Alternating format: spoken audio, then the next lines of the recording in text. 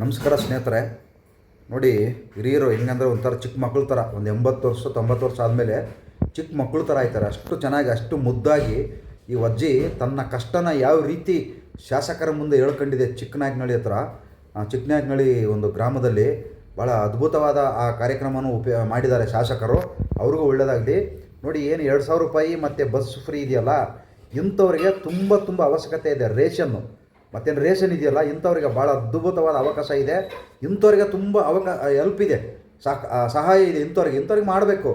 ಸುಮ್ಮನೆ ಎಲ್ಲರಿಗೂ ಇರೋರಿಗೂ ಮಾಡ್ಕೊಂಡು ಕೂತ್ಕೊಂಡ್ರೆ ಫಸ್ಟು ಆ ಅಜ್ಜಿಯ ಮುದ್ದಾದ ಮಾತನ್ನು ಕೇಳಿಸ್ಕೊಳ್ಳಿ, ಆಮೇಲೆ ನಾನು ಒಂದು ನಿಮಿಷ ಮಾತಾಡ್ತೀನಿ.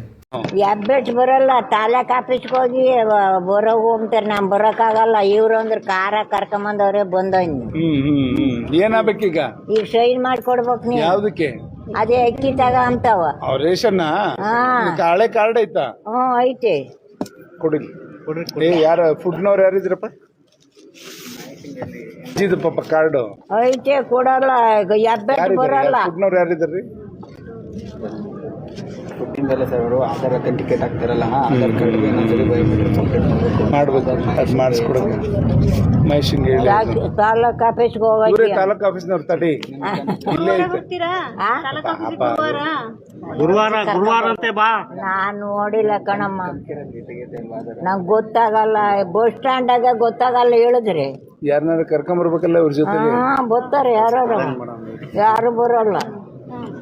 ಮಕ್ಳೇನ್ ಮಾಡ್ತಾವ್ರೆ? ಮಕ್ಕಳೆಲ್ಲ ಒಬ್ಬಳದಾಳೆ, ಒಬ್ಬಳು ಕೊಟ್ಟು ಮದುವೆ ಮಾಡಿ ನಾವು ಕೂಡ್ಕ ಕಳ್ಸಲ್ಲ. ನಾನೇ ಮಾಡೋಣ. ಈಗ ಫೋಟೋ ಹೊಡ್ಕೊಂಡ್ಲೆ ನರ್ಸಿಂಗ್ ಹೇಳಿ ಯಾರನ್ನಾರು ಗುರುವಾರ ಕರ್ಕೊಂಬರಕ್ಕೆ ಹೇಳ್ರಿ, ಅಂತ ಸರ್ವಿಸ್ ಮಾಡಕ್ಕೆ ಹೇಳಿ. ತಾಲೂಕ್ ಆಫೀಸ್ಗೆ ಗುರುವಾರ ನಿನ್ನ ಅಲ್ಲಿ ಕರ್ಕೊಂಬರಕ್ಕೆ ಯಾರನ್ನಾರು ಒಬ್ರನ್ನ ವಹಿಸ್ತೀನಿ ತಡಿ. ನಿನ್ನ ಕರ್ಕೊಂಬಂದು ಇದನ್ನ ಮಾಡಿಸ್ಕೊಡಕ್ಕೆ ಹೇಳ್ತೀನಿ. ಅದೇ ಹರ್ಷಿಂಗ್ ಹೇಳ್ತೀನಿ. ವಾಟ್ಸಪ್ ನಾನು ಹರ್ಷಿಂಗ್ ಹೇಳಿ ಅರೇಂಜ್ ಮಾಡಿಸ್ತೀನಿ, ಬಂದ್ ಮಾಡ್ತೀನಿ. ಬಾಯ್ಲಿ ಮಾಡಿಸ್ಕೊಡ್ತೀನಿ. ಇಲ್ಲ, ನಾನು ಕಳಿಸ್ತೀನಿ, ಸುಮ್ಮನೆ ಹರ್ಷ. ನಾನು ಮಾಡಿಸ್ಕೊಡ್ತೀನಿ. ಇದು ಸರ್ ನೋಡ್ಕೊಂತಾರೆ, ನಾನೇ ಮಾಡ್ಕೊಂಡು ಉಣ್ತೀನಿ.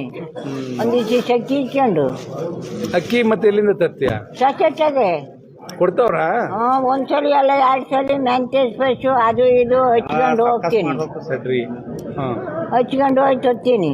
ಅದಕ್ಕೆ ಹಂಗೂ ಮೀರಿದೆ ತಾಲೂಕ್ ಆಫೀಸ್ಗೆ ಹೋಗಜ್ಜಿ ಅಂತಾರೆ. ಹೆಬ್ಬೆಟ್ ಬರ್ತಾ ಇಲ್ಲ ಅಲ್ಲಿ. ಬಸ್ ಸ್ಟ್ಯಾಂಡೇ ಬರಲ್ಲ, ಗೊತ್ತಿಲ್ಲ ಅಂದ್ರೆ ತಾಲೂಕ್ ಆಫೀಸ್ ಏನ್ ನೋಡಿಲ್ಲ ನಾನು.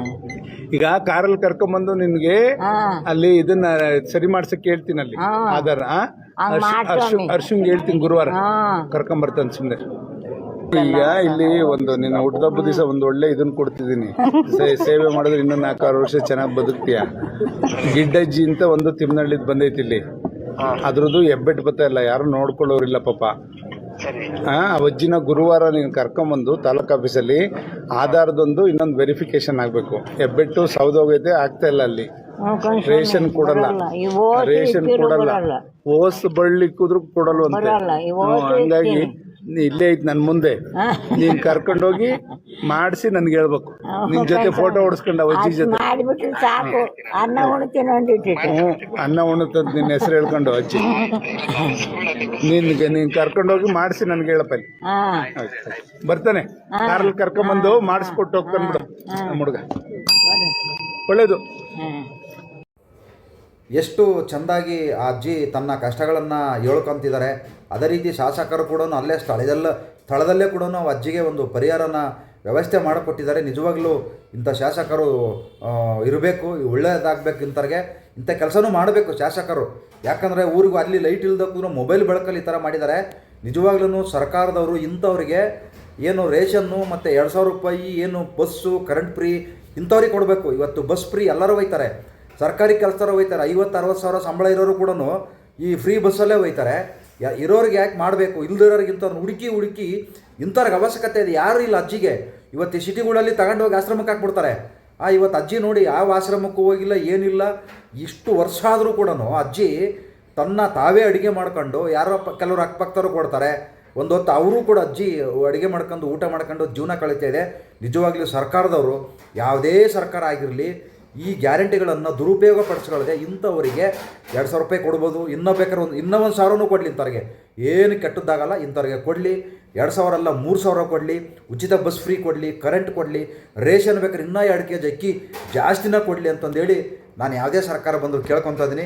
ಯಾಕಂದರೆ ಇಂಥವ್ರಿಗೆ ತುಂಬ ಅವಕಾಶ ಇದೆ, ಇಂಥವ್ರಿಗೆ ತುಂಬ ಅನುಕೂಲ ಇದೆ. ಇಂಥವ್ರಿಗೆ ಕೊಟ್ಟರೆ ತುಂಬ ಅನುಕೂಲ ಇದೆ. ಇಂಥವ್ರಿಗೆ ಸುಮ್ಮನೆ ಎಲ್ಲರಿಗೂ ತಗೊಂಡು ಕೊಟ್ಟು ಸುಮ್ಮನೆ ಸಾಲ ಮಾಡ್ಕೊಳ್ಳುವ ಬದಲು ಸರ್ಕಾರಗಳು ಇಂಥವ್ರಿಗೆ ಕೊಟ್ಟರೆ ಯಾವುದೇ ಸಾಲನೂ ಆಗಲ್ಲ, ಸರ್ಕಾರ ಕೂಡ ಸುಸಜ್ಜಿತವಾಗಿ ನಡೆಯುತ್ತೆ ಅಂತಂದು ಹೇಳೋಕ್ಕೆ ನಾನು ಇಷ್ಟಪಡ್ತಾ ಇದ್ದೀನಿ. ನನ್ನ ವೈಯಕ್ತಿಕವಾಗಿ ವಿಚಾರ. ನಿಜವಾಗ್ಲೂ ಈ ಚಿಕ್ಕನಹಳ್ಳಿ ಶಾಸಕರಿಗೆ ಒಳ್ಳೆಯದಾಗಲಿ, ಇಂಥವ್ರನ್ನ ಆಯ್ಕೆ ಮಾಡಿ ಇಂಥವ್ರು ಇನ್ನೂ ಒಳ್ಳೊಳ್ಳೆ ಕೆಲಸ ಮಾಡಲಿ ಅಂತಂದು ಹೇಳಿ ಕೇಳ್ಕೊತಾ ಇದ್ದೀನಿ. ನಮಸ್ಕಾರ. ಜೈ ಹಿಂದ್, ಜೈ ಕರ್ನಾಟಕ ಮಾತೆ.